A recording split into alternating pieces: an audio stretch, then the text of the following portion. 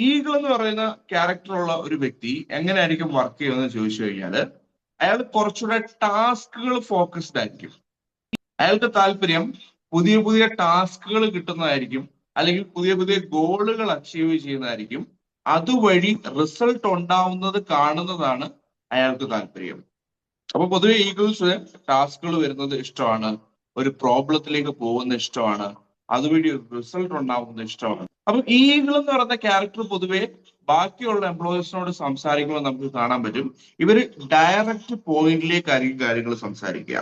ഒരിക്കലും ഇവരുടെ ഭാഗത്തുനിന്ന് വലിയൊരു സ്റ്റോറി ഒക്കെ പറഞ്ഞ് അല്ലെങ്കിൽ ആൾക്കാരെ സോപ്പിടുന്ന രീതിയിലൊന്നും ഒരു സംസാരമായിരിക്കില്ല വരിക. അതുകൊണ്ട് തന്നെ ബാക്കിയുള്ള വ്യക്തികൾക്ക് ഇവരൊരു റൂഡായിട്ട് വേണമെങ്കിൽ തോന്നാം.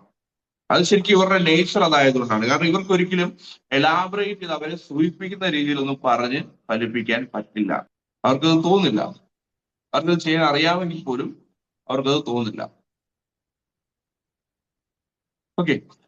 പിന്നെ ഇവരുടെ ഒരു മെയിൻ ബെനിഫിറ്റ് എന്ന് പറഞ്ഞു കഴിഞ്ഞാൽ ഇവർ പെട്ടെന്ന് ഡിസിഷൻസ് എടുക്കും. എത്ര റിസ്കി ആയിട്ടുള്ള ഡിസിഷൻസ് ആണെങ്കിലും ഇവർക്കത് പെട്ടെന്ന് എടുക്കാൻ പറ്റും. അത് തന്നെ ഇവരുടെ ഒരു ഡീമെറിറ്റ് ആണ്, ഒരു ലിമിറ്റേഷൻ ആണ്. കാരണം ഇവരെടുക്കുന്ന ഡിസിഷൻ ചിലപ്പോൾ കൂടുതൽ റിസ്കി ആവാം. അതുപോലെ തന്നെ ആൾക്കാരെ ടേക്ക് കൺട്രോൾ ചെയ്യുക, കൂടുതൽ പവർ ഹാൻഡിൽ ചെയ്യുക, ഇതൊക്കെയാണ് ഇവരുടെ നേച്ചർ. ഇതൊക്കെ ഇവർക്ക് ഇഷ്ടമുള്ള കാര്യങ്ങളാണ്. അപ്പൊ നമുക്ക് നമ്മളുടെ കമ്പനിയിൽ നോക്കുകയാണെങ്കിൽ പൊതുവെ ഈഗിൾസ് ഒക്കെ വരുന്നത് ഒന്നെങ്കിൽ ഒരു ടീം ലീഡിങ് അല്ലെങ്കിൽ ഒരു മാനേജർ റോളിലായിരിക്കും നമുക്ക് ഈ ഈഗിൾസിനെ ഒക്കെ കാണാൻ പറ്റുക.